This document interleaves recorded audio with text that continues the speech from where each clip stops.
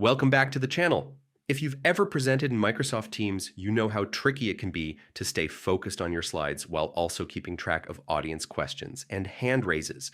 In this full 2025 guide, I'll show you exactly how to see chat messages and raised hands while presenting, so you never miss an important comment or question. Let's make your next presentation smooth, interactive, and stress-free. Sign into Microsoft Teams. First, open your preferred web browser and head to the official Microsoft Teams website. Click Sign in the top right corner and log in with your Microsoft account. Once you're signed in, navigate to your Teams calendar and join the meeting where you're presenting. Open the People panel to track hand raises.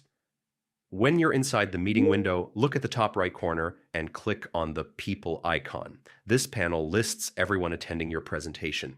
Any participant who raises their hand will automatically appear with a raised hand icon next to their name. Keeping this panel open lets you spot questions the moment they come up, so you can decide when to pause and address them without breaking your flow. Open the Chat panel for real-time messages. Right next to the People tab, you'll see the Chat icon. Click it to open the chat box. This is where your audience can type questions, share links, or provide feedback during your presentation. Keeping the chat visible allows you to glance at new messages as they appear, so you can respond naturally or follow up at the perfect moment.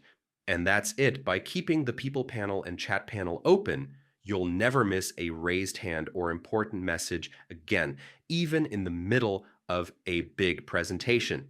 If you found this guide helpful, give it a thumbs up and subscribe for more quick Microsoft Teams tutorials. Now you're ready to engage your audience confidently every single time.